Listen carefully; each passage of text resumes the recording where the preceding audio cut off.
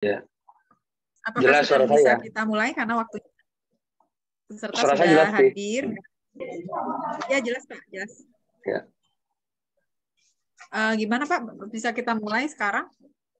Ya. Apa masih? Ya.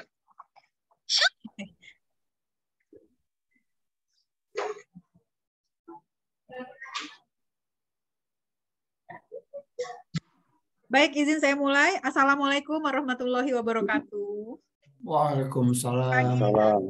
Selamat datang kepada para peserta sosialisasi TJSL dan CSR Award ketiga tahun 2023.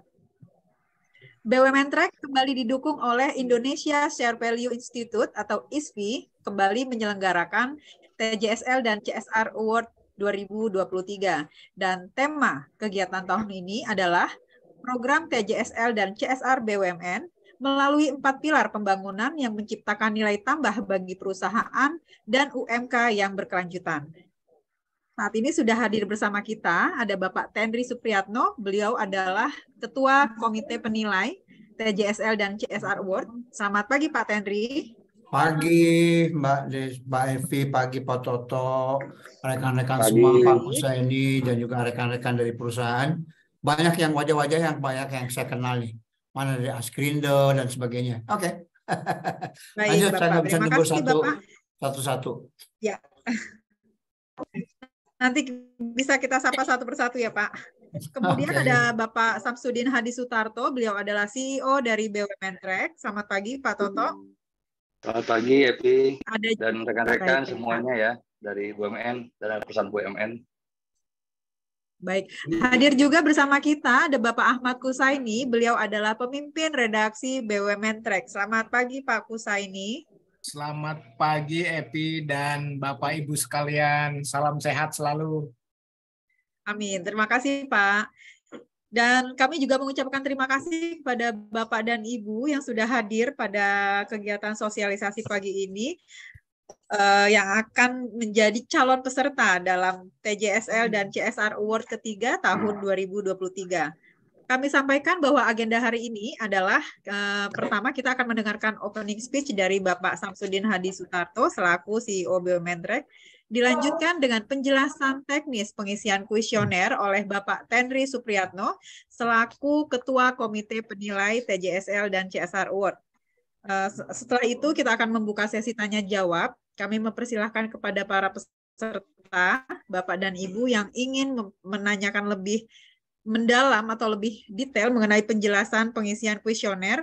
Mumpung di sini ada Ketua Tim Penilai, juga ada Bapak Samsudin Hadi Sutarto dan Bapak Ahmad Kusaini nanti yang akan memberikan jawaban dari mungkin hal-hal yang masih belum terlalu jelas. Jadi nanti Bapak dan Ibu bisa langsung bertanya kepada para narasumber di sini.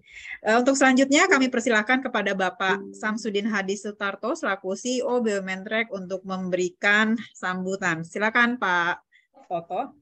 Ya. Terima kasih. Assalamualaikum warahmatullahi wabarakatuh. Waalaikumsalam. Salam sehat, salam sejahtera untuk kita semuanya. Terima kasih ini sudah hadir ya Pak Tendri selaku Ketua Dewan Juri. Beliau juga adalah Ketua dari ISPI yang sudah tahun ketiga ini ya Pak ya kita melaksanakan untuk TJSL dan CSR Award 2023 ya. Alhamdulillah ya ini secara besar sudah hadir 70 lebih ya 79 dari yang 80 Pak. Yang ada ya 80-an. Terima kasih ini tadi yang Pak Tendri sampaikan memang banyak Pak ya yang tahun-tahun lalu ikut, yang hari ini juga ikut serta mungkin untuk kurang lebihnya ya relatif hampir sama sebenarnya. Kami hanya mengevaluasi TJSL CSR Award yang 2 tahun yang lalu yang kita selenggarakan. Pilar ya, mungkin pilar yang jarang sekali diikuti adalah hukum dan tata kelola ya. Saya kira kalau lihat dari mungkin apa yang kita sampaikan di dalam tema untuk kali ini, gitu ya, kita sangat berharap ya dari para peserta ini juga tetap dari pilar ekonominya dipesertai gitu, kemudian pilar ekonomi ya, pilar ekonomi, sosial, lingkungan ya, dan hukum tata kelola. Dan satu lagi sebenarnya untuk TJSR tahun ketiga ini kita menambahkan sebenarnya sesuai dengan permen yang baru ya. Permen yang baru itu mengenai pembinaan pada UMK ya. Jadi untuk usaha mikro dan kecil, misalnya usaha mikro dan kecil ya, gitu. Sehingga selain 4 pilar yang kami harapkan Bapak Ibu untuk ikut serta di dalam penghargaan apresiasi kita ini, gitu. Kami berharap juga Bapak Ibu juga ikut serta di program yang bidaan untuk UMK ini, gitu ya. Nah, itu mungkin garis besarnya di dalam pelaksanaan TJSR dan CSR Award 2003 untuk tahun ketiga ini. Untuk yang lainnya, saya kira ini banyak yang baru ya. Nanti lebih detail akan dijelaskan oleh Pak Henry selaku Ketua Dewan Juri. Dan untuk dewan-dewan jurinya juga saya kira nanti di-share ya ke Bapak Ibu semuanya gitu. Seperti tahun lalu ya Pak Henry ya, dengan dewan juri kehormatannya kita melibatkan juga Bapak Bambang Susatyo ya, Ketua MPR RI gitu. Beliau sangat antusias ya, sangat senang gitu dengan adanya kegiatan awarding ini gitu. Mungkin poinnya itu saja saya kira Pak Henry. Untuk selanjutnya kami kembalikan kepada Epi. Atas peran sertanya Bapak Ibu semuanya kami ucapkan terima kasih. Wassalamualaikum warahmatullahi wabarakatuh. Waalaikumsalam. Waalaikumsalam warahmatullahi wabarakatuh. Terima kasih Pak Toto atas sambutannya. Selanjutnya kami persilahkan kepada Bapak Henry Supriyatno selaku Ketua Tim Penilai, Komite Penilai, TJSL dan CSR Award 2023 untuk memberikan penjelasan mengenai teknis pengisian kuesioner dan hal-hal yang perlu diketahui peserta. Silakan Pak Henry. Baik, terima kasih. Assalamualaikum untuk rekan-rekan semuanya. Ini banyak wajah-wajah yang udah saya kenal nih. Cuman beda angkatan aja. Saya juga mantan pensiunan BUMN ini. Cuman beda angkatan aja, saya angkatan lama ya. Udah pensiun. Nah, cuman sekarang saya aktivitinya alhamdulillah lah ya. Masih nggak jauh-jauh dari kegiatan di BUMN, tapi terutama yang terkait dengan kegiatan-kegiatan TJSL. Hari ini udah yang ketiga sih, kami bekerja sama dengan BUMN Track. Saya dipercaya oleh Pak Toto dan kawan-kawan di BUMN Track untuk membantu ya bekerja sama. Nah, tujuannya kan untuk mencari kemaslahatan bersama, juga untuk baiknya supaya BUMN itu juga itu mendapatkan value.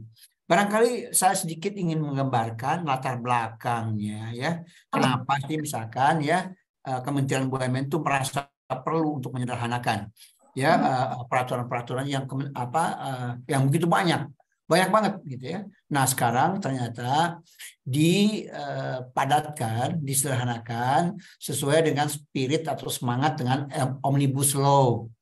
Nah, sehingga bagaimanapun BUMN juga menyesuaikan spiritnya, mengadopsi spiritnya. Sehingga Kementerian BUMN, kebetulan Pak Agus dan sebagainya itu bekas-bekas junior saya dulu di kementerian. Nah, anyway, nah jadi kira-kira seperti itulah kira-kira spirit atau harapan supaya BUMN itu berkontribusi. Oleh karenanya kegiatan TJSL dan juga kegiatan-kegiatan khusus ya itu dipaket ke dalam disederhanakan dalam bentuk namanya disederhanakan dalam peraturan tentang TJSL ya yang di mana Kementerian BUMN itu telah menerbitkan per 01 MBU tahun 2003. Yakinlah kawan-kawan udah punya semua ya? Halo. Oh, ini ada PN2 juga nih, Mas Nur Zain. Selamat bergabung nih, makasih. Ya, udah semua lo terima kan? Nah, cuman ada beberapa hal yang tadi udah disampaikan oleh Pak Toto. Seringkali ada salah pemahaman bahwa kegiatan TJSL itu semata-mata menjadi tanggung jawabnya kawan-kawan di Departemen CSR. Nah, seringkali padahal yang namanya TJSL itu tanggung jawab sosial dan lingkungan. Nah, sehingga silakanlah dicolek tuh kawan-kawan dari lingkungannya. Ya, supaya atau juga K3-nya. Ya, karena kita akan mengacu ketentuan itu pakai ISO 26000 di mana ada 7 core subject ya. Community development itu hanya salah satu aspek saja. Tetapi perusahaan kalau mengacu kepada ISO 26000 itu juga harus concern dengan soal governance. Nah, seringkali pemahaman kita keliru bahwa governance itu urusannya GCG. Padahal Kementerian BUMN untuk GCG bukan sesuatu yang aneh lagi, bukan sesuatu yang baru. Ya, tadi saya hanya ingin menegaskan Pak Toto itu scoringnya BUMN itu sudah ada GCG. Mereka kebanyakan bagus dari segi governance. Nah, nanti kawan-kawan, karena GCG departemen itu governance-nya itu departemen tersendiri, Pak Toto. Ya, oleh karenanya nanti tolong juga tuh ya dicolek juga tuh GCG-nya scoringnya berapa. Ya, diikutkan di sini ya untuk pilar hukum dan tata kelola. Ya, kalau BUMN itu umumnya soal tata kelola baguslah.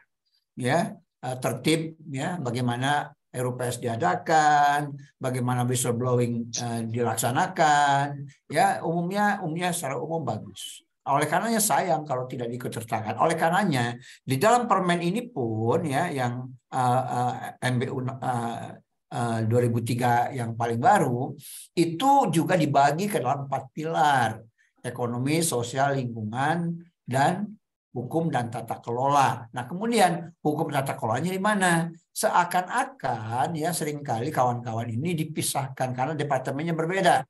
Oleh karenanya, mari kita sama-sama mengingatkan kembali bahwa pada waktu mengikuti program TJSL ini itu Departemen Lingkungan, kemudian GCG, Risk Management itu juga diikutkan. Karena itu adalah bagian daripada manajemen TJSL perusahaan, sampai kementerian merasa perlu untuk menyederhanakan dan menonjolkan tentang peranan TJSL BUMN itu tentu punya maksud. Maksudnya apa? Mari kita selami, ya, mari kita dalami, ya permen itu apa aja sih isinya. Nah, ini harapannya adalah bahwa BUMN itu dapat memberikan kemanfaatan dalam 4 pilar tadi. Yaitulah keunikan daripada perusahaan BUMN. Berbeda dengan perusahaan swasta. Karena BUMN itu adalah saham milik negara. Oleh karenanya, dia diminta menjadi agen pembangunan. Ya, agent of development. Sebagai lokomotif pembangunan. Nah, tentu ya kementerian mengharapkan, negara mengharapkan, rakyat mengharapkan peranan BUMN itu berbeda dengan perusahaan swasta yang lain. Oleh karenanya kepada BUMN diminta untuk mengisi bagian dananya untuk berperan. Ya, BUMN itu sebagai agen pembangunan, sebagai lokomotif pembangunan. Bagaimana membawa ekonomi ini ya bersama-sama dengan gerbongnya. Gerbongnya siapa? Yaitu para UMKM atau UKM. Ya. Nah, itulah sampai Kementerian BUMN merasa perlu untuk menerbitkan ini udah lama sebetulnya program itu. Tapi kira-kira spiritnya, semangatnya adalah sama, ya. Kira-kira seperti itu. Di bidang apa aja juga berkontribusi pada pemberian nilai tambah. Nah, jadi nanti ke depan yang akan kita tanyakan itu adalah apakah perusahaan telah membina UKM tapi berkaitan enggak sih dengan bisnisnya. Jadi misalnya seperti ya bahwa Pertamina misalnya contoh lah ya, membina tukang bakso bagus-bagus saja. Tapi akan lebih bagus juga kalau Pertamina itu membantu UKM yang terkait dengan bisnis intinya supaya apa? Memberikan nilai manfaat untuk Pertamina itu sendiri ya. Nah, begitu juga untuk Askrindo misalnya. Bagaimana Askrindo bisa bekerja sama ya dalam melaksanakan tanggung jawab sosialnya tadi ya. Itu juga sekaligus akan memberikan dampak yang positif bagi bisnis Askrindo itu sendiri ya. Nah, seperti itulah kira-kira spirit daripada permen tadi gitu ya. Nah, oleh karenanya permen tadi ya yang nomor 01 juga kebetulan ya tahun 2023 itu sampai menegaskan bahwa di dalam pembinaan usaha mikro dan usaha kecil tadi ya agar lebih tangguh dan mandiri itu diharapkan akan lebih fokus bahwa mereka juga ikut memberikan nilai tambah bagi perusahaan itu sendiri gitu ya, misalkan pabrik pupuk lah. Nah, bagaimana mereka membina pengusaha-pengusaha kecil di dalam menyiapkan karung Ya, kalau misalkan pabrik karungnya kelamahalan, paling enggak sablonnya. Nah, itulah kira-kira beberapa contoh yang mudah biar untuk mudah dipahami gitu ya. Nah, begitu juga misalnya di PLN gitu ya. Nah, bagaimana PLN itu juga membantu ya apa namanya mitra-mitranya. Misalkan sekarang begini, contoh PLN lah ya. PLN itu kan sebetulnya jualannya setrum, ya, produk yang dibutuhkan oleh semua orang. Tetapi setrum ini juga memberikan risiko. Ya, memberikan risiko banyak ya. Di rumah-rumah kumuh itu terjadi namanya short circuit. Ya, apa sih bahasa Indonesia yang short circuit itu? Ya, sering kali terjadi kebakaran. Nah, sekarang bahwa produk setrum yang dibutuhkan oleh masyarakat semuanya itu juga mengandung implikasi-implikasi atau risiko-risiko sosial, ekonomi, dan lingkungan. Nah, oleh karenanya misalnya PLN membina misalnya kepada rumah-rumah kumuh, bagaimana kalian ya penduduk itu bagaimana memanfaatkan ya misalnya jangan satu colokan digunakan untuk 8, ada AC, ada kipas, ada ada kulkas, dan sebagainya, sehingga bebannya terlalu tinggi dan mengakibatkan kebakaran, dan ini sering terjadi. Nah, pertanyaannya, are we responsible? Apakah PLN juga ikut bertanggung jawab? Iya, dari perspektif ISO 26000 ya, PLN itu juga ikut bertanggung jawab. Karena apa? Bapak Ibu bisa bayangkan betapa kasihannya orang mengumpulkan harta belasan tahun hanya hilang sekejap dalam satu malam gara-gara koslet. Koslet itu produk apa? Produk setrumnya PLN. Ini di dalam perspektif ISO 26000 ya, itu dianggap sebagai risiko. Oleh karenanya PLN perlu melakukan edukasi kepada mereka supaya saudaraku jangan pakai colokan yang setrumnya banyak ngumpul satu titik gitu ya. Nah, ini hal-hal seperti itu adalah merupakan bagian daripada tanggung jawab sosial daripada perusahaan dan lingkungan sekaligus. Nah, banyak contoh-contoh yang bisa kita berikan ya kepada kepada bapak-bapak BUMN ya, bagaimana melaksanakan kegiatan-kegiatan TJSL-nya. Nah, misalkan sekarang begini ya. Nah, oke, baik, langsung kita fokus ya. Kemudian mengacu kepada peraturan tersebut ya, itu BUMN ya, BUMN Track itu menyelenggarakan kegiatan inilah kira-kira ya, yang tujuannya supaya apa? Tujuannya supaya apa? Memberikan value bagi perusahaan. Misalkan, contoh misalkan Askrindo. Sekarang kalau Askrindo misalnya berkepentingan enggak sih ya supaya klaimnya turun misalnya ya. Misalkan ya klaimnya turun, berkepentingan dong supaya performance keuangannya bagus. Siapa dong kalau begitu yang dibina? Ya, siapa yang perlu dibina supaya klaimnya jangan banyak? Ya tentu bagaimana Askrindo mencoba mengurangi ya tingkat kecelakaan di jalanan. Bagaimana caranya? Ya mengedukasi. Ya mengedukasi para pengguna jalan supaya apa? Supaya mereka berhati-hati di jalan dan sebagainya. Itu adalah kegiatan-kegiatan yang by definition ya itu link atau berhubungan dengan kegiatan bisnis intinya. Nah, pertanyaannya sudah apa belum? Kalau belum ya marilah kita sama-sama kembangkan, kita develop program-program seperti itu. Ya, misalkan untuk siapa lagi misalkannya sekarang SIR lah ya. Apakah SIR itu misalkan sudah memperhatikan masalah-masalah lingkungannya? Jangan-jangan, mohon maaf ini ya, malah menimbulkan ada spill water ya ke masyarakat lingkungan, sehingga keberadaan daripada keberadaan dari kawasan industri tadi justru menimbulkan masalah lingkungan bagi masyarakat sekitarnya, karena dulu nggak banjir, sekarang banjir. Nah, sekarang bagaimana mengatasinya? Itu adalah bagian daripada tanggung jawab sosial daripada Kementerian BUMN maksud saya. Ya, kira-kira itulah beberapa contoh soal yang saya ingin sampaikan. Nah, pertanyaan berikutnya adalah apa sih sebetulnya spirit yang dikandung dari Permen nomor 1 tahun 2003 tadi? Sebetulnya nggak jauh-jauh ya daripada permen-permen sebelumnya, yaitu Permen 05 MBU April tahun 2001. Itu juga sebetulnya spiritnya nggak jauh-jauh. Hanya sekarang untuk memudahkan administrasi saja, di dalam peraturannya mereka di-concise atau digabung menjadi satu. Kalau dulu kan sistem apa peraturannya kan ribet. Yang dulu dicabut beberapa pasal kemudian diganti oleh pasal-pasal berikutnya pada permen berikutnya. Kan pusing ya, sebagai orang BUMN itu harus mempelajari satu-satu pasalnya. Nah, hari ini metodologinya agak sedikit berbeda. Yang lama dicabut diganti yang baru, selesai. Sehingga yang lama bisa betul-betul kita lupakan. Nah, hari ini kita sama-sama mengacu kepada Permen 01 tahun 2003. Siapa yang belum terima? Barangkali bisa dibantu nih oleh BUMN Track nih untuk dikirimin. Coba deh Desi ya, dikirimnya di chat dong itunya.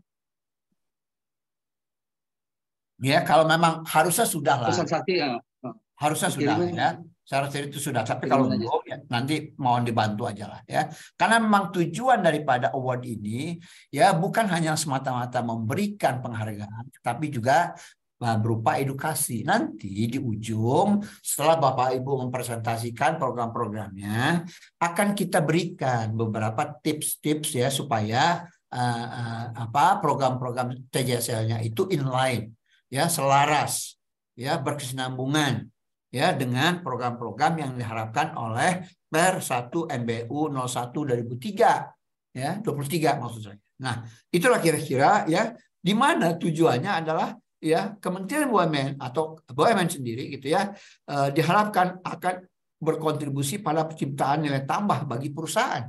Jadi pada waktu kita mendesain TJSL itu bukan semata-mata hanya untuk kebaikan masyarakat di ujung sana. Nah, tetapi juga ya mulailah diagendakan mana-mana karena nanti di dalam pertanyaan kita kali ini ada pertanyaan. Ada pertanyaan tentang apakah program TJSL itu telah nyata memberikan manfaat bagi BUMN. Nah, Bapak-bapak, Ibu-ibu harus siap tuh dengan jawaban itu. Bagaimana? Ya, sehingga kalau dulu-dulu itu ya ini kan saya suka bercanda ya, suka mencandain kawan-kawan BUMN karena saya walaupun udah pensiunan tapi saya kan mantan orang BUMN. Saya 2 kali di BUMN. Nah, itu dulu ya itu nggak ditanya apa manfaatnya buat kita melakukan itu. Tetapi ini apa kemudian tanggung jawabnya pada pemegang saham? Udah keluar uang tidak memberikan manfaat apa-apa buat perusahaan. Ya buat BUMN. Malah menimbulkan masalah karena apa? Seakan-akan dana CSR atau TJSL tadi ya itu dianggap hak masyarakat. Enak aja, loh itu kan hak saya. Itu hak saya. Nah ini kan keliru. Padahal tujuannya adalah bagaimana BUMN itu membantu. Nah ini karena sebagai dampak daripada kebaikan hati. Jadi psikologinya psikologi sinterklas dulu. Ya dulu. Ya Mbak ini nih, Askrindo. Mbak ini bukan loh. Oke, masih di silent ya. Nah, jadi kira-kira seperti itu ya. Bapak. Ya, halo. Bapak, mohon izin ya Pak ya, kepada rekan-rekan semua, kita sudah share tadi melalui kolom chat mengenai panduan pengisian kuesioner. Nanti Bapak Tenri bisa menjelaskan, ini sudah ditampilkan juga ya Pak. Oke. Penjelasannya disampaikan. Kalau yang ini barangkali. Terima kasih Pak. Ya ini kan teknis banget ya, barangkali ketentuan penjurian dan sebagainya nanti dikirimkan begitu aja kan, nggak perlu ada pertanyaan kenapa sesi 1 dari jam 8.30 gitu ya. Barangkali itu nggak perlu jadi materi bahasan lah, tapi tentang kontennya ini barangkali. Nah oke, barangkali ini ya. Ini kegiatan sama ya dengan yang dulu ya, ekonomi, sosial, lingkungan, hukum dan tata kelola. Tadi sudah kita bicarakan tuh bahwa Bapak-bapak Ibu di Kementerian BUMN itu ya untuk skor GCG-nya itu sudah bagus, banyak yang udah bagus. Nah, oleh karenanya itu nanti diikut sertakan ya, karena ada kesalahpahaman aja sebetulnya bahwa seakan-akan ya GCG itu bukan kegiatan TJSL. Itu kekeliruan pemahaman yang dulu. Nah, hari ini apalagi buat perusahaan-perusahaan yang TBK ya, BUMN yang TBK itu sudah harus mulai concern dengan ESG rating. Ya, environment, social and governance rating. Nah, ESG rating itu kan termasuk juga GCG-nya, termasuk governance-nya. Oleh karenanya nanti ya ke depan atau yang tahun ini ya silakan ya banyak yang ikut tentang GCG-nya. Apa sih sebetulnya yang sudah inisiatif apa yang sudah diambil? Ya, manfaat-manfaat apa yang sekarang merasakan ada manfaatnya. Ya, misalkan dulu ya, setelah adanya GCG misalnya ya, pengambilan keputusan perusahaan menjadi lebih cepat. Kemudian mungkin juga ya kita masih kadang-kadang suka dengar ya kiri kanan, oh ini dirutnya ini kan yang terakhir misalkan di salah satu BUMN misalkan ditangkap KPK ya, tapi kan sekarang kan udah jauh lebih sedikit lah ya, karena apa? Karena GCG-nya sudah jauh lebih baik ya. Nah, oleh karenanya sekarang apakah perusahaan-perusahaan dengan penerapan GCG itu merasa bahwa level ya sekarang kan udah nggak boleh lagi menerima gratifikasi dan sebagainya, udah nggak boleh. Nah, itulah bagian daripada GCG juga. Nah, silakan ya diikut sertakan untuk tahun ini gitu ya. Nah, kemudian berikutnya lagi juga ada tentang program pembinaan UMK. Nah, nanti akan saya elaborasi tentang apa saja sih akan ditanyakan nanti akan masuk ke sana. Ya, silakan mulai masuk ke parameter penilaiannya. Mbak, dinaikin, Mbak. Kalau ada pertanyaan bebas aja silakan ya, supaya pembicaraannya jangan satu arah. Ada pertanyaan sebelum saya masuk ke topik berikutnya? Halo. Sepertinya belum ya Pak. Bapak bisa langsung memberikan penjelasan dulu nanti setelah ini Pak. Baik, kalau begitu. Nah, jadi kira-kira ada geser sedikit Pak supaya judulnya bisa kelihatan di kebawahin dikit. Oke. Nah, jadi misalkan ini adalah parameter penilaian program TJSL dan CSR ya dan pembinaan UMK.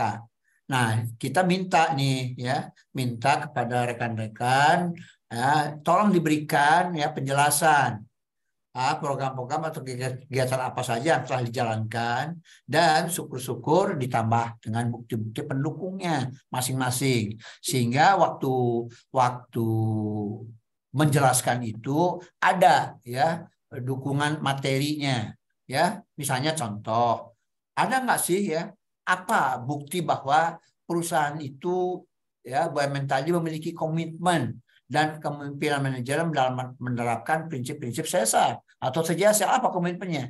Nah, di Permen 01 2003 tadi itu ada permintaan bahwa kepada BUMN itu diminta untuk membuat SOP misalnya, dibuat keputusan-keputusan. Pertanyaannya, sudah bikin apa belum? Nah, kalau belum, bagaimana Bapak dan Ibu menjalankan kegiatan CSR-nya? Karena dasar pijakannya nggak jelas. Oleh karenanya yang pertama kita tanya itu tentang komitmen manajemen dulu yang pertama. Ya. Nah, supaya apa? Tapi kemudian ada buktinya enggak? Oh, ada Pak. Ini keputusan Dirut Pak tentang kebijakan CSR dan TJSL kita ada. Monggo ya dilampirkan. Tapi ini elektronik aja lah supaya apa kantornya BUMN Track jangan penuh oleh file. Nanti dalam waktu 2 tahun penuh sama filenya BUMN ya. Nanti elektronik aja ya. Silahkan disampaikan bukti-bukti pendukungnya bahwa ya Pak, ini bukti komitmen dari pimpinan dari Dirut kita telah mengeluarkan kebijakan ABCD. Gitu ya. Dan itu sebetulnya inline ya, sesuai dengan harapan daripada Permen 01 2003.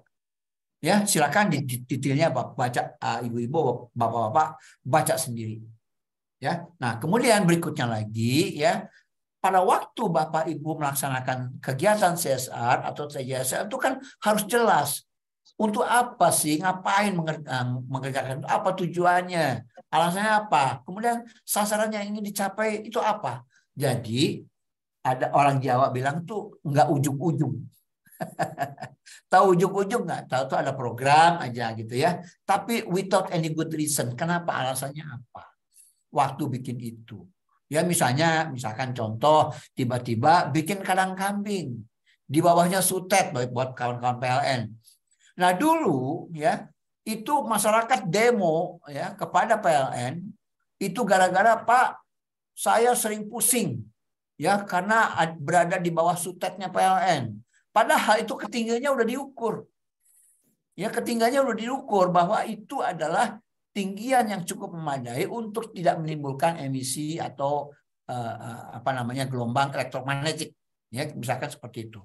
Nah, dulu PLN itu pernah meng-hire profesor dari ITB untuk menjelaskan ya kepada masyarakat. Penjelasannya ilmiah banget bahwa ketinggiannya ini dan sebagainya dan tidak mengganggu masyarakat di bawah sutet.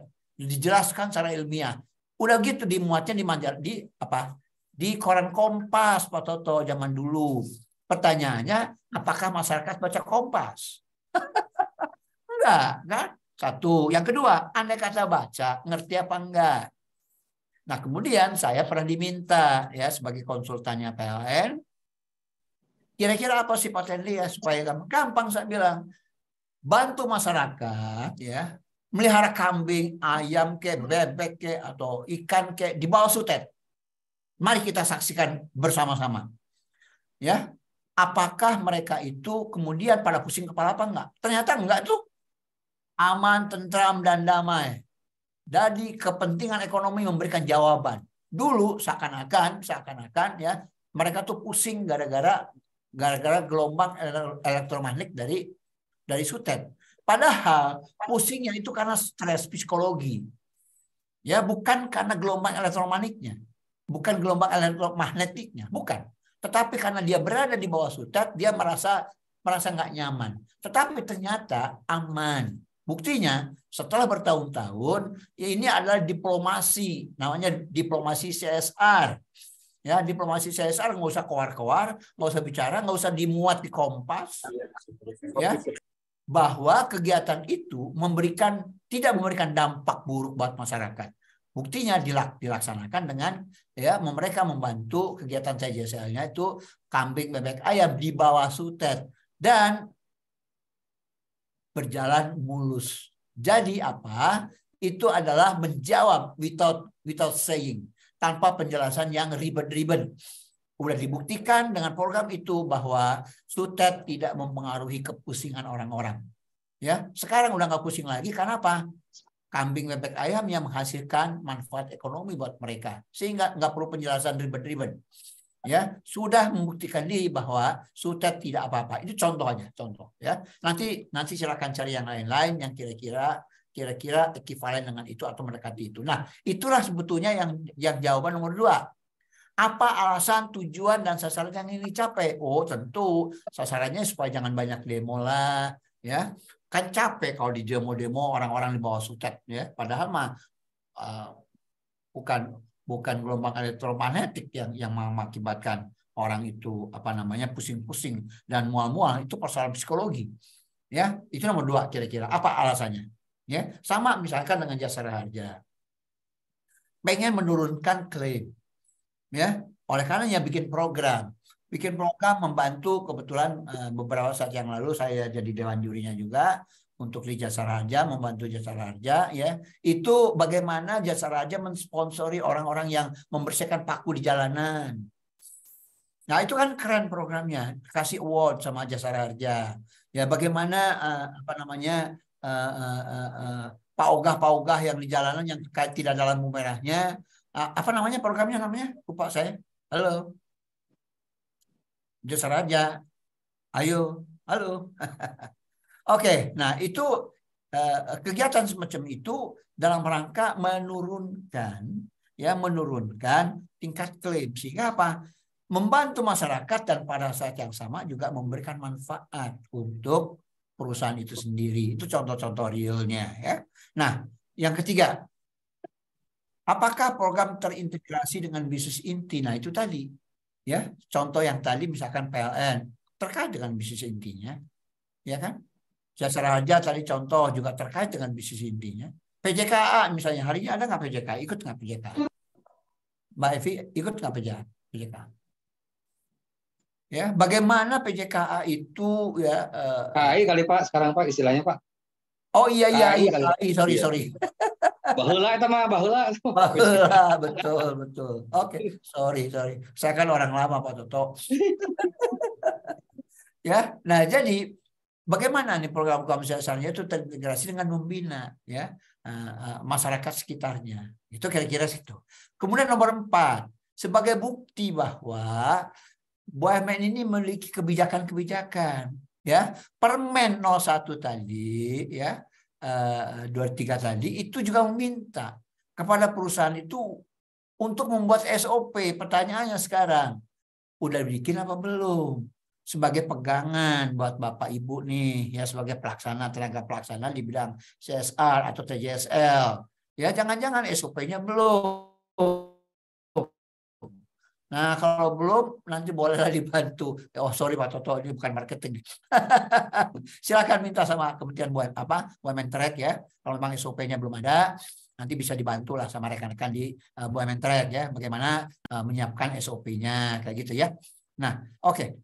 Nah, itu kan aspek kebijakannya seperti apa supaya Bapak dan Ibu punya pegangan. Pertanyaannya, udah punya apa belum? Jangan-jangan belum. Nah, inilah yang membedakan antara satu perusahaan yang disiplin sama perusahaan yang, mohon maaf lah, yang kurang disiplin. Gitu kira-kira ya. Yang membedakan ya tentang komitmennya, tentang kebijakannya. Oke, lanjutnya adalah tentang pelaksanaan. Kalau tadi kan tatarannya tataran kebijakan. Nah, sekarang tataran pelaksanaan. Satu lagi Pak, yang nomor 5 Pak, penjelasan sumber dananya Pak. Oh iya. Oke. Nah ini dulu itu kan sudah ada tuh ya. Di mana waktu zamannya rejim PKBL itu ada PK dan BL. Hari ini sebetulnya spirit itu masih belum jauh-jauh dari situlah. Hanya namanya aja berubah judul. Ya, sekarang itu istilahnya penugasan khusus. Ya, penugasan khusus bidang lain dan TJSL gitu kira-kira ya. Kalau dulu namanya PKBL ya. Nah, dulu namanya PKBL itu jelas sumber keuangannya. 2% PK, 2% BL kayak gitu ya. Dari keuntungan bersih setelah pajak itu dulu. Nah, sekarang sebetulnya kepada BUMN itu diberikan kebebasan, boleh ya. Dana-dana TJSL itu berasal dari operasional perusahaan. Contoh misalnya, PLN mungkin capek ya ngurusin masyarakat yang berada di bawah sutet. Contoh aja yang ringan dan lucu aja. Sekarang kalau ya berapa ribu kilometer tuh namanya sutetnya PLN, ya kan ribuan kilometer dari Jawa Bali gitu ya. Nah itu kan banyak banget kegiatan CSR-nya. Nah pertanyaannya, iya kalau mencukupi dana X PKBL dulu PKBL ya. Nah atau dana pembentukan dana ya cukup nggak? Jangan-jangan nggak. Tapi karena ini menyangkut kelancaran operasional, maka Kementerian BUMN membolehkan silakan menggunakan dana operasional. Ya, tapi harus dicantumkan di dalam RKAP-nya. Jelas dan disetujui. RKAP-nya di dalam RUPS BUMN. Ya tentu ada prosedur disetujui juga oleh komisarisnya. Ya, kemudian dalam RUPS disahkanlah itu ya namanya dananya ya, penggunaannya dari operasional perusahaan boleh hari ini. Jadi kalau misalnya ya Jasara Harja ingin mentraining misalnya agen-agen asuransi misalnya, itu boleh karena itu menjadi bagian, tidak hanya mendidik perusahaan-perusahaan mitra bisnisnya ya, tetapi pada saat yang sama juga mengedukasi publik yang ujung-ujungnya akan memberikan manfaat untuk Jasara Harja. Misalnya seperti itu ya, saya kasih contoh-contoh yang ringan. Bukan. Nah, dananya itu boleh. Oh, ini Mas Parasto muncul juga nih PTSI. Saudaranya. Ya, saudaranya Mas Slamet, almarhum. Oke. Namanya ini orang baru di SI ini, pejabat baru nih. PTSI, Mas Parasto. Ya, datang Pak. Ya Pak, Assalamualaikum Pak Tendri, izin Pak. Izin menyimak, mohon bimbingan Pak. Makasih Pak. Oke, selamat datang ya. Oke, nah berikutnya adalah tentang tadi sudah ya penjelasan sumber dana. Ya, ini pas kebetulan nih kelihatan ya. Oke, berikutnya adalah tentang penjelasan tentang bagaimana aspek pelaksanaannya. Agak dinaikkan dikit, Pak. Halo. Operatornya mana nih, Mbak Evi? Naikin dikit, Mbak. Baik, Kita Pak. akan membahas tentang aspek pelaksanaannya, ya, dan capaiannya sekaligus. Nah, sekarang ya, kalau dulu-dulu ya itu seringkali ya apa namanya ya sudah ini kan mohon maaf lah ya, bukan yang ngeledekin kawan-kawan ya. Nah, psikologinya psikologi orang kaya, setelah ngasih terus lupa. Ya udah ngasih aja begitu aja. Nah, hari ini ya Kementerian BUMN meminta kepada kita bahwa ya harus dilaksanakan dengan benar supaya memberikan manfaat. Dulu juga benar sih, cuman begini Pak, maksud saya harus mulai diagendakan di dalam perencanaan kita bahwa apa yang kita kerjakan itu memberikan manfaat. Oleh karenanya, memberikan manfaat untuk perusahaan. Jadi nggak bisa lagi tuh ya ngasih-ngasih ayam bebek tapi without any good reason, tanpa ada alasan yang terkait dengan kepentingan BUMN. Ke depan itu harus ada alasannya kenapa. Tadi udah saya jelaskan ya di depan. Nah, sekarang oleh karenanya ya sekarang Kementerian BUMN di Permen 01 Maret 2003 kemarin, ya ini kan masih hangat, ini baru beberapa bulan itu ya. Kepada kita semuanya diminta untuk membuat perencanaan program PJSL ya yang telah disusun oleh direksi. Pertanyaannya, sudah jadi apa belum? Harusnya sudah lah. Karena ini kan ketentuan ini walaupun permennya baru, tapi kira-kira ini adalah reinkarnasi daripada peraturan menteri sebelum-sebelumnya yang 04, yang 05, MBU tahun 2001 gitu ya. Nah, sekarang supaya nggak ribet dihimpun menjadi satu ya, yaitu pada bulan Maret kemarin tahun 2003. Nomornya kebetulan dikasih juga nomor 1 juga. Ya, di dalam pasal 16 ayat 2 huruf A tadi ya, itu kira-kira inilah bunyinya ya. Yang kedua, apakah perusahaan BUMN itu udah membuat roadmap? Udah belum? Jangan-jangan ya sudah aslan. Tahu aslan nggak? Asal jalan. Nggak boleh lagi. Ya, buat perencanaan. Ya, roadmapnya seperti apa? Tujuannya seperti apa, harapannya seperti apa, targetnya seperti apa. Harus ada dibuat. Ya, jadi misalkan step by step-nya tahun ini bikin apa, tahun depan bikin apa, dan kemudian masing-masing ya targetnya diukur, ya berhasil atau tidak berhasil. Banyak tools-nya, ya mau pakai SROI boleh, mau pakai evaluasi internal sendiri juga boleh, ya mangga silakan, ya. Tapi kalau misalkan yang universal sifatnya, sehingga semua orang bisa percaya, semua orang percaya, maka bisa saja, ya menggunakan evaluasinya itu pakai SROI misalnya, silakan. Tapi karena belum semua Kementerian BUMN menggunakan parameter-parameter itu, ya dalam mengevaluasi programnya, oleh karenanya kewajiban untuk meminta SROI kita tiadakan, ya. Tapi udah 3 tahun loh Pak Toto, harusnya udah mulai lah ya. Udah banyak kok, udah banyak yang menggunakan SROI, udah banyak. Nah, tapi pelan-pelan lah ya. Silakan ya mulai mengaplikasikan dan menggunakan. Karena sebetulnya itu bukan sesuatu yang terlalu baru. Ya, di dalam investasi BUMN itu ROI itu udah biasa, return on investment. Nah, sekarang hanya geser namanya social return on investment. Itu apa? Ya, bagaimana perusahaan menginvestasikan investasi sosial dalam bentuk kegiatan-kegiatan TJSL. Nah, kemudian diukur keberhasilannya seperti apa. Misalnya, pada waktu kita membantu masyarakat membuat MCK. Ada yang nggak tahu MCK nggak? Mandi cuci kakus misalnya ya. CSR-nya seperti itu misalnya. Nah, ada nggak sih dampaknya, dampak positifnya ada nggak? Oh ada Pak. Mereka sudah tidak lagi sering pergi ke puskesmas karena penyakit diarenya sudah berkurang. Oh iya Pak, setelah kami bikin MCK ya, ternyata malaria berkurang. Itu relevan banget tuh untuk untuk di Freeport ya. Bahkan sekarang di Banten, di Bogor juga masih ada tuh satu kampung yang banyak masyarakatnya belum punya MCK. Ya.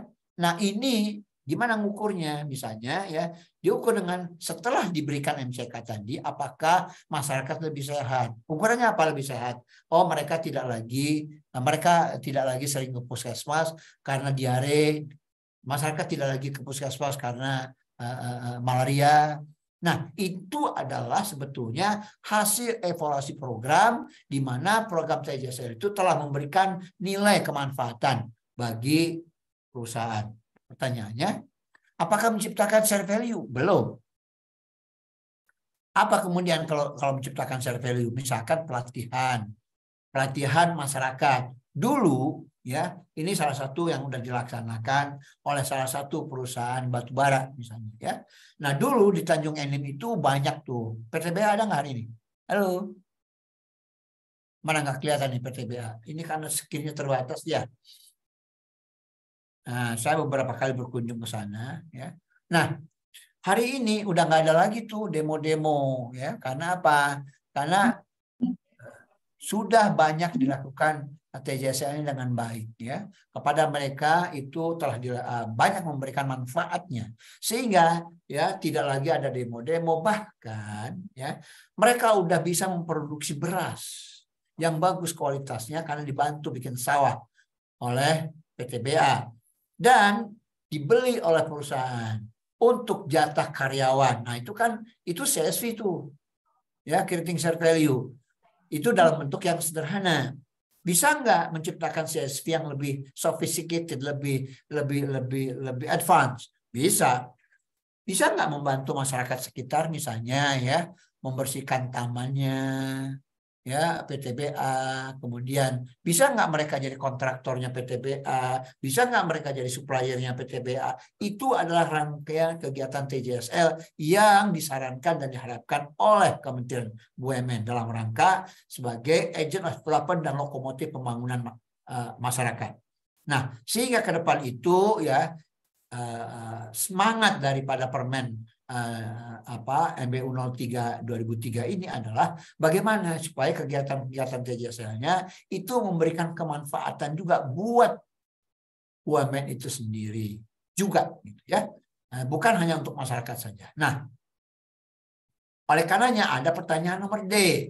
Program telah dilaksanakan secara terintegrasi dan terarah sesuai dengan kepentingan stakeholder. Pertanyaannya, kita tahu nggak sih aspirasi dan pemahaman atau kepentingannya stakeholder? Jangan-jangan kita memberikan program-program yang menurut kita baik. Menurut saya ini cocok buat mereka. Padahal bukan itu yang dibutuhkan oleh masyarakat. Nah, oleh karenanya kita perlu namanya social mapping. Kan diwajibkan kan setiap 2 tahun sekali pada BUMN. Ya, Pak Rasto tahu nggak social mapping udah pernah nyobain? 5 tahun, Pak, bukan 2 tahun. Oh, 5 tahun lama amat. Iya. Nah, karena nilainya besar, Pak, melakukan social mapping itu, Pak. Oke. Oke lah ya. Nah, jadi itulah diminta oleh kementerian supaya tahu apa yang menjadi aspirasi dan keinginan daripada kepentingan para stakeholder. Gitu kira-kira ya. Berikutnya lagi. Ya, sampaikanlah bukti bahwa program telah mengurangi dampak negatif operasional perusahaan. Tujuannya supaya apa? Ini bagian daripada risk management. Jadi kegiatan TJSL tadi itu dikaitkan dengan konsep-konsep risk management. Ya, konsep risk management daripada perusahaan. Jadi pada waktu kita itu memberikan atau melaksanakan program TJSL, sekaligus juga sebetulnya memiliki agenda meminimalisasi risiko operasional. Jadi tujuannya begitu. Nah, sekali dayung 2-3 pulau terlampaui, kira-kira seperti itulah spiritnya ya. Itu adalah spirit daripada Per 01 Maret 2003 yang masih hangat tadi ya. Itu kira-kira. Nah, apakah betul bahwa program itu telah mengurangi dampak negatif daripada operasional perusahaan? Tujuannya apa? Supaya pada waktu kita melakukan TJSL, Bapak juga sebetulnya sedang melakukan membela kepentingan daripada pemegang saham, yaitu stakeholder yang lain, karyawan. Bapak bisa bayangkan ya, kalau karyawannya di demo-demo ditutup-tutup pada waktu mau masuk kantor nggak boleh. Ya walaupun itu banyak ya, itu terjadi di pertambangan. Ya tentu nggak terjadi di PTSI ya. Nggak terjadi di situ. Nah, tetapi kira-kira apa yang relevan di PTSI? Nanti silakan Bapak pikirkan, Ibu pikirkan desainnya seperti apa supaya ya untuk mengurangi dampak negatif operasional pada perusahaan. Ya, Iya apa enggak? Itu kira-kira seperti itu. Kemudian yang G. Nah, sebagai upaya transparansi dan akuntabilitas itu Bapak-bapak ditanya lagi apakah sudah membuat sustainability report atau laporan jenis lainnya, ya. Di PTPN udah membuat belum?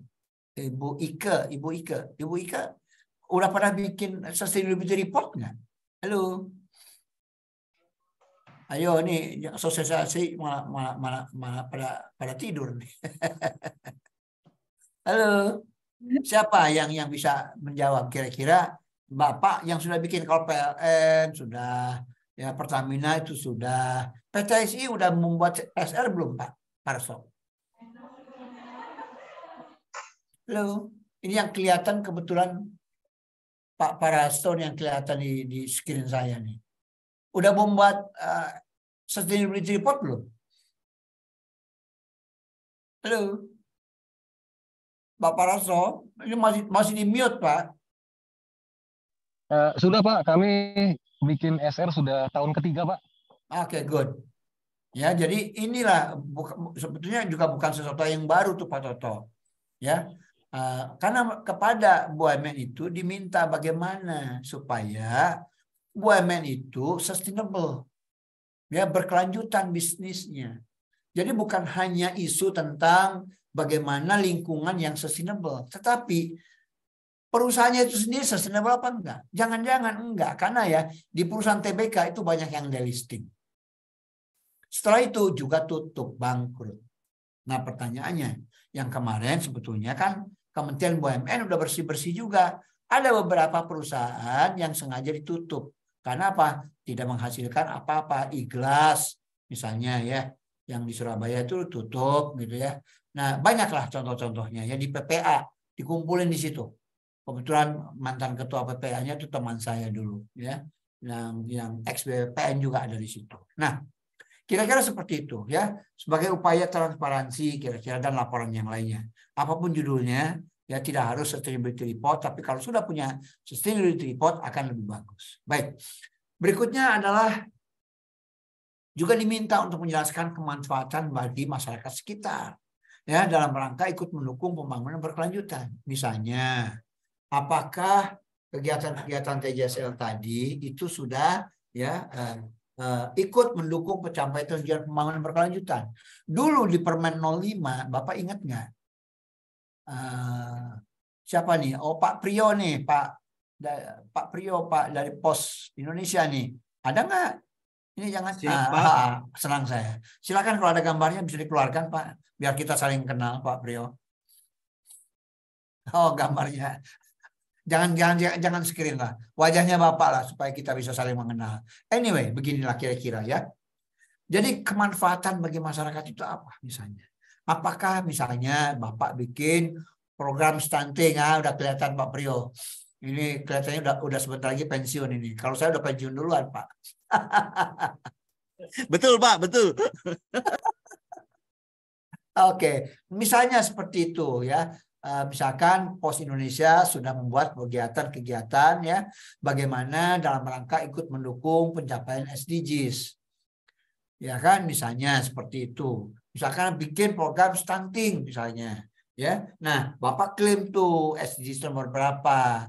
Oh, Bapak melakukan pelatihan misalnya. Oke, SDGs nomor berapa? Bapak klaim tuh nomor 2, ya. Nomor 2 tadi, oh ya ini kegiatan ini kami membuat program misalnya tentang literasi ya, supaya anak-anak kampung memiliki literasi atau senang membaca, ya kan. Nah itu tujuannya apa? SDGs-nya nomor berapa? Itu kira-kira begitu Pak ya, nomor 2 tadi. Barangkali cukup ya. Dan nomor 3 sekarang, elaborasi bukti adanya integrasi atau kesalahan program dengan bisnis perusahaan yang dapat juga memberikan kemanfaatan bagi perusahaan. Tadi udah ya kayaknya ada pengulangan yang di atas. Nah, sekarang buktinya apa? Bahwa program-program itu juga memberikan manfaat dan terintegrasi dengan kegiatan perusahaan Bapak. Kalau dulu itu nggak terkait sama sekali. Ya. Nah, tapi coba misalkan kita lihat tentang contoh soal ayam bebek ya, PLN misalkan membantu ayam bebek ikan. Tetapi ditaruhnya itu ya, ditaruhnya itu di bawah Sutet. supaya masyarakat tahu, mengedukasi secara langsung. Ya, itu bagaimana perusahaan langsung aja ya mengedukasi publik bahwa walaupun ngasihnya bebek entok ayam ya ikan gitu ya. Nah, tetapi itu memberikan bukti kepada mereka bahwa berkegiatan di bawah sultan itu juga nggak apa-apa. Nah, ini kan diplomasi CSR namanya. Diplomasi CSR yang nggak perlu berkoar-koar kan. Ya Pak Priyo ya. Nggak perlu berkoar-koar, udah namanya telling itself, udah bercerita sendiri. Ya, nggak usah koar-koar bahwa mengedukasi masyarakat sekampung bahwa CSR aman, ada pusing lah kepala. Ya kan? Nggak usah kasih bebek ayam di bawahnya Sutet. Coba kita lihatin, setahun, 2 tahun, 3 tahun ternyata nggak ada masalah. Ya. Nah, inilah walaupun bentuknya community development, tetapi bisa dibuktikan secara langsung dia bisa memberikan dukungan dan kemanfaatan bagi perusahaan karena hilangnya Sutet. Nah, begitu juga contoh tadi untuk misalnya untuk perusahaan-perusahaan asuransi misalnya ya. Nah, bagaimana kemanfaatannya? Oh, dia misalkan membina Supeltas. Tahu Supeltas nggak Pak? Halo. Itu loh yang Pak Ogah yang di jalanan, yang nggak ada lampu merahnya, kemudian mereka yang silakan Pak, stop Pak, ya kasihlah kadang-kadang 100, kadang-kadang 2000, ya. Nah, ternyata itu Pak mengurangi level kecelakaan. Ya, data statistiknya ada tuh, silakan. Askrindo, ya kan aku Askrindo. Apa namanya yang asuransi kecelakaan itu apa namanya perusahaannya BUMN? Jasindo. Bukan. Jasara Harja, Pak. Jasara Harja. Terima kasih. Siapa yang ngasih jawaban tadi yang bantu saya? Subhan Pak dari PTPL. Alhamdulillah, terima kasih. Oh, ini malah orang Pertamina ya. Oke, terima kasih Pak Subhan. Ya. Nah, jadi misalnya kegiatan-kegiatan yang mengurangi klaim ya bagi perusahaan, artinya apa? Performance keuangannya ya bagi perusahaan akan menjadi baik dengan membantu mereka mengurangi level of accident, mengurangi tingkat kecelakaan. Sehingga apa? Jelas akan mengurangi kegiatan-kegiatan mengurangi klaimnya. Nah, kalau mengurangi klaim kan bonus buat direksinya jadi lebih tinggi kan? Atau gaji karyawannya juga gaji ke-13-nya lebih tinggi. Tapi anyway gitulah kira-kira kurang lebih ya. Manfaat daripada TJSL. Jadi yang juga terkait dengan perusahaan. Ini screen-nya hilang, Mbak Evi? Share screen-nya hilang? Ada beberapa poin lagi, sedikit lagi ya. Lanjut. Ya. Lanjut, Pak. Iya, yang tadi 15. kan integrasi maaf, atau Pak. Ya. Kita 15 menit lagi ya waktunya ya Pak ya. Oke. Ya. Oke. Tapi 15 menit kan habis Pi ya, nggak buat diskusi Pi. Iya Pak, waktunya sampai jam 12 itu termasuk untuk diskusi tanya jawab. Jadi mungkin bisa lebih habis di. Oke, saya percepat ya. Lagi waktunya Pak Henry, nggak ada diskusi nanti. Ya. Oke, saya percepat ya. Nah, sekarang nomor 4 tadi ya. Ada pertanyaan berikutnya, apakah ini akan berkelanjutan? Gimana caranya supaya program tadi berkelanjutan? Dibuat nggak organisasinya? Supaya apa? Jangan membebani BUMN terus, tapi mereka bisa jalan sendiri, gampangnya gitu. Ya, gampangnya gitu. Bikin kooperasinya kah? Ya, atau yayasannya kah? Atau bumdesnya kah? Misalnya seperti itu. Supaya apa? Mereka bisa berjalan tanpa intervensi daripada perusahaan BUMN. Ya, next. Nah, ini tinggal satu hal lagi, yaitu tentang UMK, mikro dan kecil. Barangkali ini nggak perlu detail-detail karena bapak-bapak, ibu-ibu udah menjalankan ini udah puluhan tahun. Cuman berbeda spiritnya sedikit ya sekarang. Di mana kepada mereka ya pembinaan UMK tadi itu ya diharapkan bahwa jelas gitu prestasinya supaya ada naik kelas mereka ya supaya ada kemajuan ya seringkali cuma ngasih uang ngasih peralatan tapi kemudian nggak dimonitor ya perkembangannya seperti apa ya yang ada itu dulu saya kan juga pernah di BUMN Pak saya juga pernah pegang keuangan ya yang membawahi TJSL di bawah saya kebetulan ya. Nah jadi pada pelaksanaan pembinaan UMK tadi itu lebih banyak kepada pertanyaan tentang berapa yang sudah disalurkan, apakah kreditnya itu lancar ya atau kurang lancar, seperti itu pertanyaannya dulu ya. Nah jadi apa bedanya kemudian, apakah mau sama antara BUMN dengan BPR atau perbankan? Tentu beda tujuannya ya. Oleh karenanya ya di permen ini dibedakan ya, yaitu penekanannya ya agar mereka lebih tangguh dan mandiri ya. Nah, bagaimana caranya? Ya harus dibuat laporannya supaya apa? Kejelasan bahwa mereka ada improvement, ada kenaikan dalam bisnisnya, pasarnya makin lebar. Bagaimana melakukannya? Nah, itu pertanyaan-pertanyaannya nanti. Oh ya Pak, mereka sekarang saya bantu sertifikasi halal, saya bantu SNI, saya bantu untuk bikin kemasan yang lebih bagus supaya lebih laku dan sebagainya. Nah, Bapak-bapak dan ini lebih tahu lah di masing-masing ya bagaimana membina mereka. Nah, itulah barangkali rangkaian kegiatan yang akan kita laksanakan dengan berbagai pertanyaan seperti itu, lebih kepada open-ended. Silakan Bapak mengelaborasi program-program di tempat Bapak masing-masing ya, dengan keleluasaan yang lebih luas daripada pertanyaan-pertanyaan yang rigid. Nah, oleh karena di sini karena sifatnya open-ended sehingga akan lebih memudahkan bagi Bapak-bapak di BUMN untuk mengelaborasi programnya masing-masing. Barangkali dari saya cukup ya. Kalau ada pertanyaan kami persilakan diajukan. Baik, terima kasih Pak Henry atas penjelasannya. Dan ini berhubung waktu juga sudah mendekati jam 12. Mungkin belum ditampilkan itulah tabel ya, timeline ya. Coba deh. Tabel. Oh iya baik Pak. Baik Pak, segera kami sampaikan tabelnya untuk timeline kegiatan.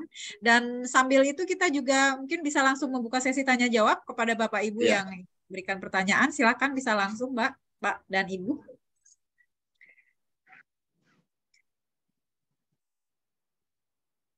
Silakan yang kurang mungkin yang butuh penjelasan lebih lanjut.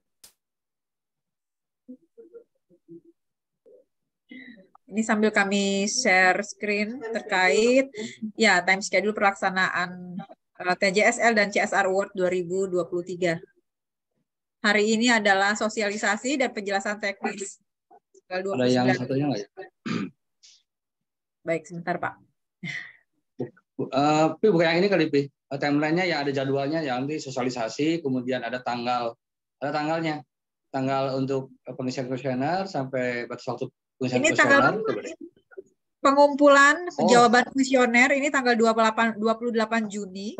Oke. Paling lama ya? Ya, maksimal ya Pak. Izin Bu Evi. Oke, silakan Bapak, boleh langsung bertanya. Silakan sebutkan nama dan perusahaan ya Pak. Terima kasih. Dengan Subhan Amrullah dari PT Pertamina Lubrikan Pak. Baik, silakan Pak Subhan. Menanggapi ada dua hal penting yang ingin saya sampaikan. Satu, menanggapi tadi social mapping Pak. Tadi saya sempat konfirmasi itu untuk berlaku 5 tahun. Kenapa 5 tahun? Di samping biayanya besar, memang social mapping itu dibikin supaya program hasil dari social mapping itu adalah program yang berkelanjutan Pak. Jadi nggak mungkin cuma untuk 2 tahun atau berapa tahun. Sementara selain social mapping, izin Pak, kalau tidak salah kan banyak metodenya untuk membuat atau menentukan program itu benar-benar apa yang dibutuhkan masyarakat, seperti group discussion ya Pak ya. Terus juga ada survei yang kita lempar ke masyarakat untuk apa yang dibutuhkan, seperti itulah Pak. Jadi mohon nanti kalau ada teman-teman dari BUMN lain atau perusahaan lain, social mapping-nya bisa berlaku berapa lama, biar untuk kita saling juga Pak sharing. Yang kedua Pak, ini saya yang kedua kali mengikuti sosialisasi ini. Tahun lalu juga disampaikan untuk SROI, oke lah kita tidak tidak menitik beratkan pada itu.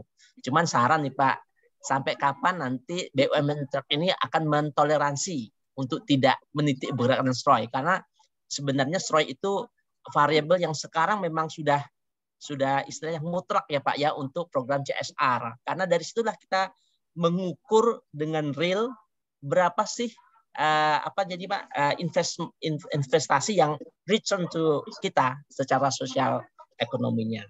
Yes. Itu Pak. Terus yang ini maaf Pak, ada satu lagi.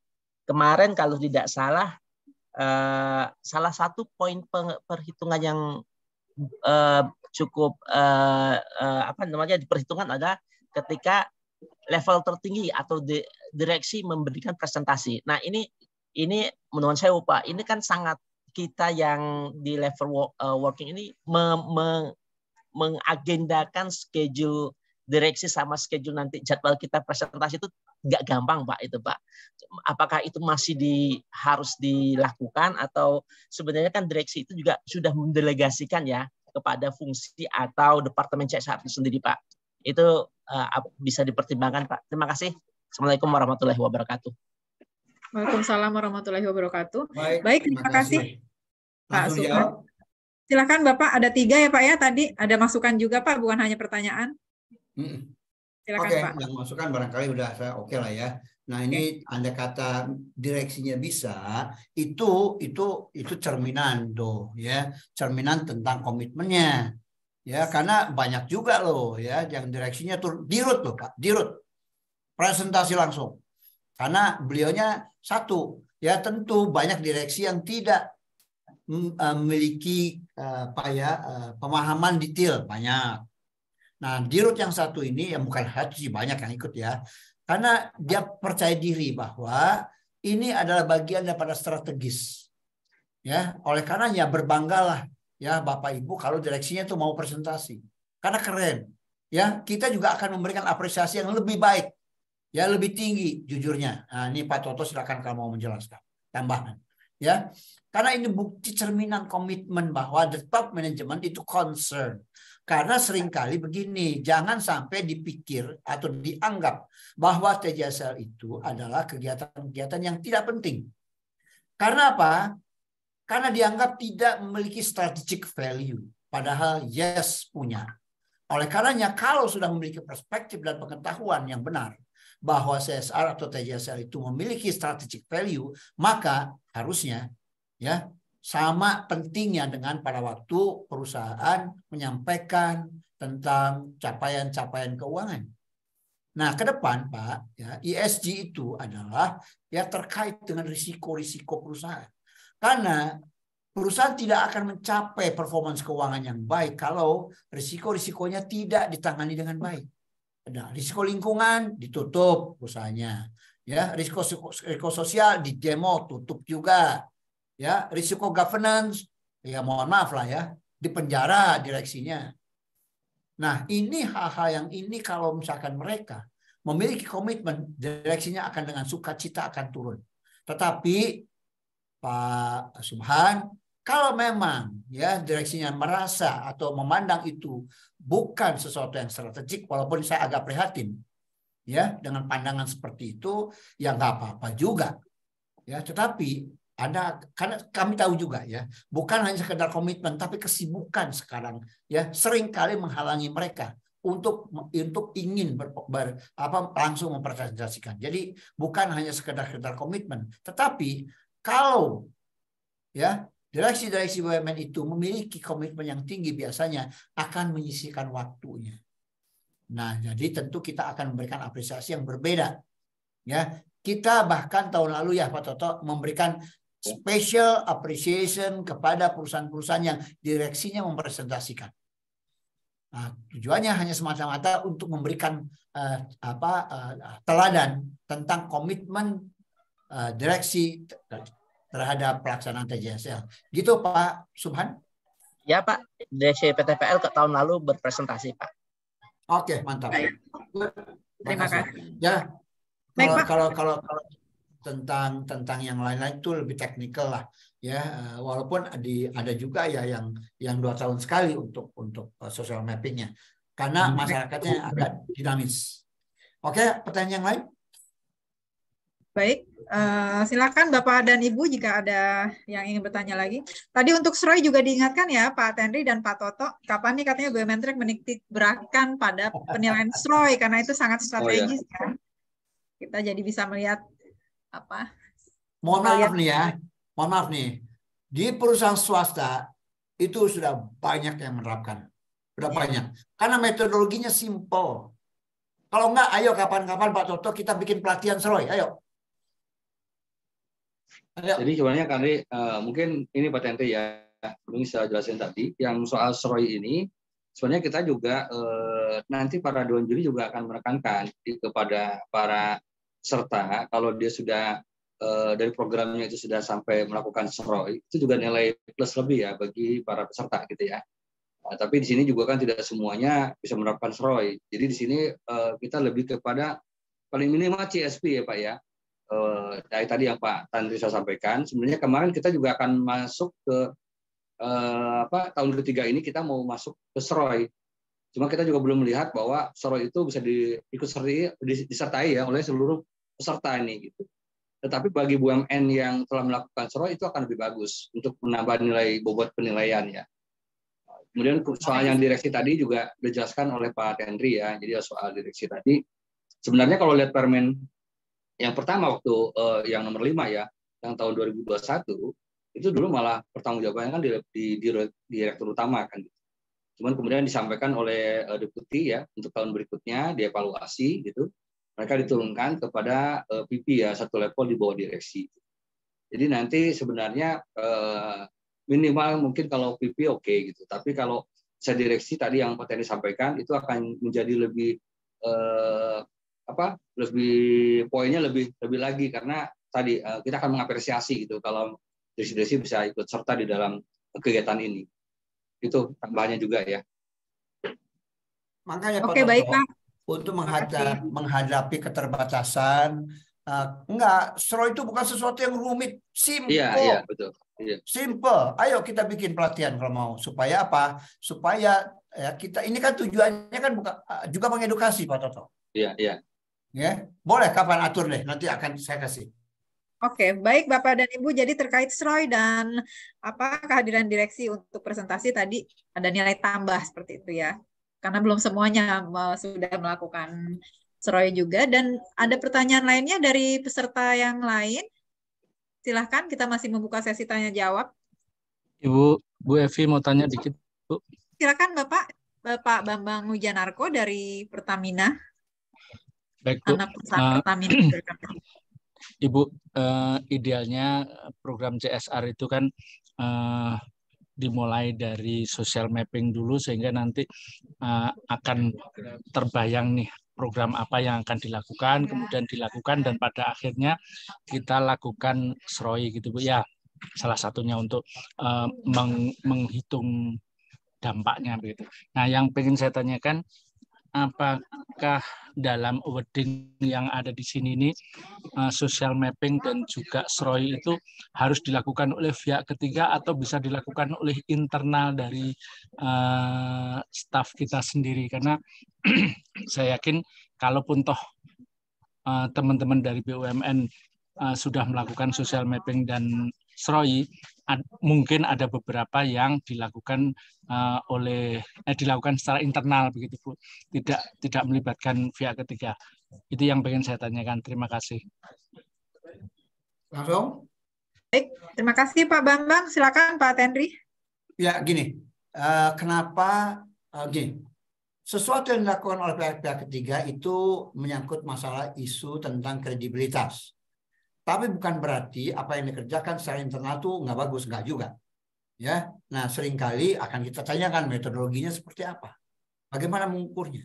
Nah, kalau pihak ketiga harapannya memiliki fairness, karena apa?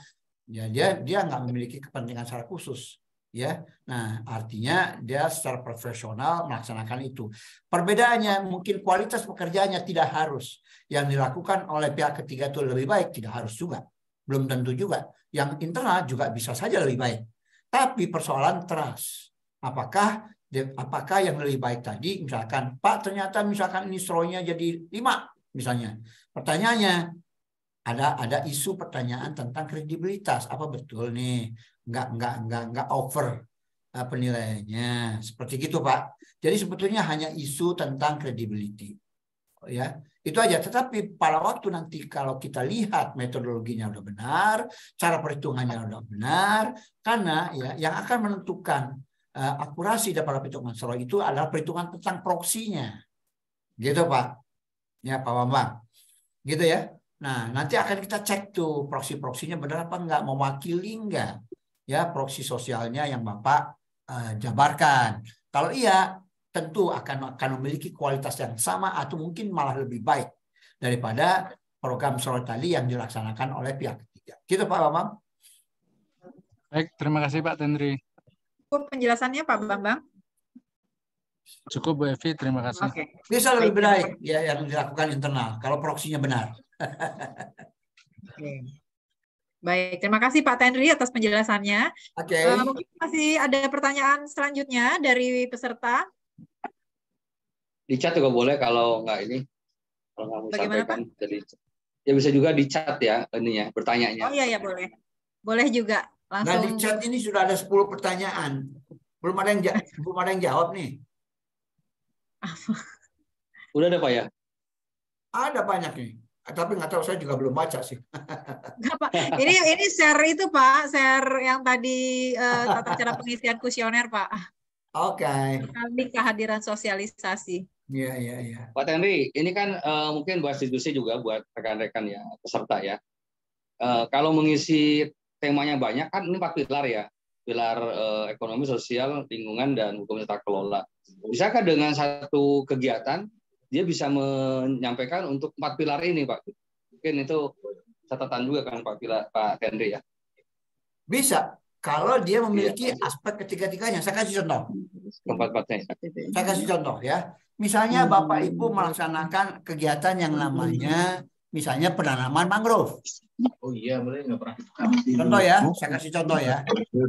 Saya kasih contoh. Pada waktu nanam mangrove, dia memiliki aspek lingkungan nggak? Punya. Ya kan? Apa? Dia mengemisi O2, mengabsorb CO2.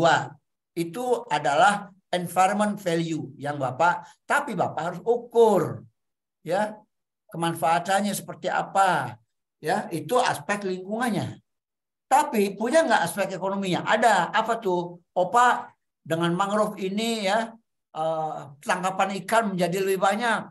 Aspek ekonomi. Yang kedua, ya. Oke. Tadi kan aspek lingkungan misalnya ya. Pak, ternyata crabnya makin banyak, udangnya makin banyak, ikannya makin banyak, ya keragaman hayatinya meningkat. Itu adalah aspek-aspek lingkungan. Bapak punya nggak datanya? Kalau punya, sampaikan aspek lingkungannya. Yang kedua, aspek ekonomi. Ya, aspek ekonomi misalnya Bapak menemukan fakta bahwa ternyata ya hutan mangrove ini banyak dikunjungi oleh orang-orang untuk berwisata.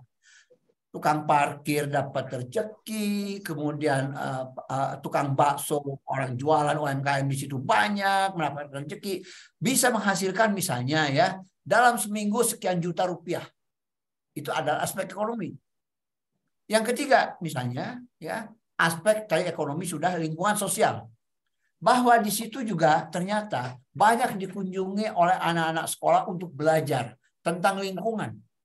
Ya, ada tentang apa namanya tuh eksibisi ya tentang bagaimana menanam mangrove, bagaimana anak-anak SD, anak TK diajarin bagaimana menanam mangrove, adanya kesadaran. Nah, itu adalah fungsi-fungsi sosial. Pertanyaan, dicatatin apa enggak sama Bapak program itu? Seringkali kan nggak dicatatin atau nggak minta laporan sama pengelolanya. Misalnya, ini mangrove-nya dikelola oleh suatu organisasi desa misalnya. Nah, minta datanya supaya Bapak bisa ikut award ini. Sehingga satu program tadi langsung saya ceritakan, dia bisa diikutkan 3 sekaligus. Ya. Lingkungan bisa ikut. Ekonominya bisa ikut, sosialnya bisa ikut. Barangnya apa? 1 Pak Toto, barangnya 1 padahal. Ya, tapi dia bisa ikut 3, dapat award 3. Ya, sepanjang tiga-tiganya memiliki justifikasi dan punya data pendukungnya. Nah, seringkali kan nggak dicatetin Pak Toto. ekonominya nggak dicatetin, padahal rame, udah memberikan dampak ekonomi. Ya, kayak gitu. Ada pertanyaan berikutnya? Baik. Itu juga mewakili pertanyaan rekan-rekan mungkin ya Pak ya, yang belum sempat menyampaikan. Ya, karena tadi sampaikan bahwa social mapping yang 5 tahun, mungkin besar juga biayanya, besar waktunya kan. Itu kan kalau memang bisa mencakup beberapa pilar kan dia bisa dipesertakan gitu kan. Ya mesti harus itu. Silakan, apakah masih ada pertanyaan selanjutnya sebelum kita akhiri? Karena setelah ini Bapak dan Ibu dilanjutkan dengan pengisian kuesioner yang nanti maksimal dikumpulkan ke panitia pada tanggal 26 Juni 2023. Coba bisa tampilkan lagi biar ini ya. Timeline-nya. Jadwal tadi ya, timeline tadi ya. Ibu Desi.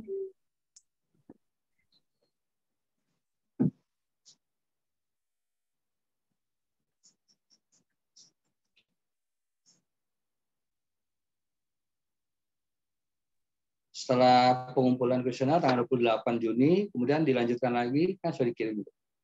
Turunin lagi. Bu, bisa di-share aja filenya, Bu. Bisa, Bapak. Itu, Pak. Nanti Bisa, kita Pak. di kolom chat sudah di-share, Pak Sudah Salman. Ya? Oke, Ya. makasih. Makasih, Pak. Nanti juga dikirim ke Pak Salman ke seluruh peserta ya, itunya, pedoman semuanya. Di-emailkan juga nanti, Pak Bu Linda ya. Siap, terima kasih, Pak.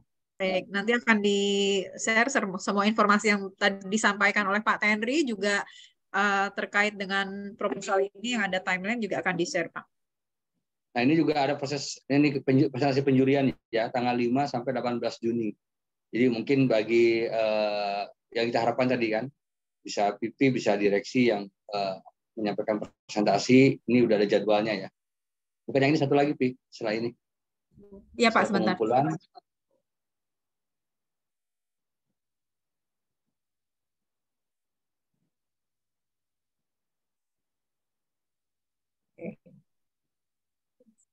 Ya, baik. Yang ini ya, Pak ya. 5 sampai 18 Juli kan. Oke, Pak. Untuk presentasinya 5 sampai 18 Juli kita melalui online ya, Pak. Iya, Zoom nanti. Melalui Zoom meeting. Kemudian 10 Agustus rencananya adalah malam awarding TJSL dan di Hotel Borobudur kita ya sampaikan ya. Di Hotel Borobudur. Baik, Bapak dan Ibu, mungkin apakah sudah cukup jelas, dan nanti materi ini akan kita share semua ke seluruh calon peserta untuk dapat dipelajari lagi lebih lanjut. Pak, maaf, masih Pak Ahmad Kusaini, apakah masih bersama kita? Masih dong. Oke, Pak. Ada yang mau disampaikan, Pak? Silakan, Pak. Iya, saya sedikit aja nih. TJSL CSR Award yang sekarang ini kan yang ketiga. Ini pertama kalinya kita menyelenggarakan awarding mengenai TJSL ini pasca pandemi. Saya gembira yang hadir ikut sosialisasi ini tadi 80 atau mungkin lebih sekarang ya. Jadi kita berharap bahwa pelaksanaan TJS Award ini tahun ini lebih semarak, lebih banyak pesertanya, sehingga kita betul-betul bisa membuktikan bahwa BUMN itu memang hadir untuk meningkatkan ekonomi rakyat, kesejahteraan rakyat. BUMN itu betul-betul hadir di kalangan rakyat, karena justru selama pandemi itu ya, ketika semua orang dilanda dan terpuruk, saya lihat BUMN justru menjadi unggulan dalam membantu masyarakat yang dilanda kesulitan akibat dari COVID ini. Banyak sekali program-program bantuan yang dilakukan oleh BUMN ini melalui program JSL dan CSR ini. Dan mungkin nanti juga Bapak-Bapak Ibu bisa menjelaskan perkembangan dari program-program CSR-nya selama pandemi itu dikaitkan dengan yang sudah lewat COVID itu, Pak. Jadi kita harapkan betul-betul awarding kali ini membuktikan bahwa BUMN betul-betul care kepada masyarakat dan juga hadir untuk masyarakat. Saya pikir itu aja catatan akhir dari saya, Epi ya. Terima kasih nih yang sudah ikut sosialisasi di sini, dan mudah-mudahan bisa memberikan kuesioner sehingga kita bisa mengundang untuk menjadi peserta. Begitu, Epi. Baik, Pak. Terima kasih atas tambahan informasinya, Pak. Sepertinya udah cukup bagi para peserta. Mungkin penjelasan yang tadi disampaikan oleh Pak Tendri, ada Pak Toto, juga terakhir Pak Kusaini sudah cukup jelas dan lengkap. Nanti untuk melengkapi kita, bagaimana Pak Toto, masih di mute, maaf Pak? Foto bersama. Bersama, oh iya Pak, itu wajib ya Pak Kusaini. Wajib. Foto keluarga. Nah, dimohon untuk para peserta kita bisa buka videonya, jadi open cam semuanya, biar kelihatan wajah-wajahnya. Teman-teman panitia juga bisa tolong dibuka ya, jadi peserta tahu.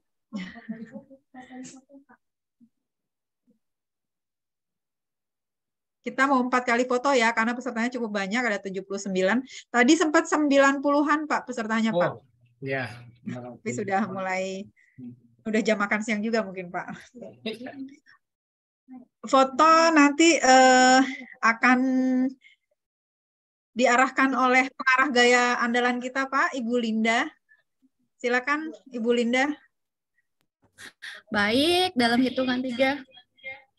1, 2, 3. Slide kedua. 1, 2, 3. Slide 3. Slide 3. Ya aku sebentar. 1, 2, 3. Satu lagi. 1, 2, 3. Sudah. Terima kasih. Baik, terima kasih Mbak Linda. Terima kasih semua. Ya, baik, terima kasih Pak Priyo dan rekan-rekan dari BUMN dan anak perusahaan BUMN. Sekali lagi kami mengucapkan terima kasih atas kesediaannya mengikuti sosialisasi TJSL dan CSR Award 2023. Dan kami mendoakan kepada Bapak dan Ibu semua untuk lancar dalam mengisi kuesioner nanti, dan sampai nanti tahap penjurian juga di acara puncak malam awarding nanti. Dan Pak Tendri, kami ucapkan terima kasih Pak atas penjelasannya. Pak Toto, Pak Ahmad Kusnandi. Sama-sama. Juga teman-teman panitia semua. Terima kasih. Silakan mau menyapa dan baik, terima kasih semuanya. Sukses ya semuanya. Sampai jumpa. Terima kasih Mbak Evi, izin live. Terima kasih, selamat siang. Assalamualaikum. Waalaikumsalam. Assalamualaikum. Waalaikumsalam.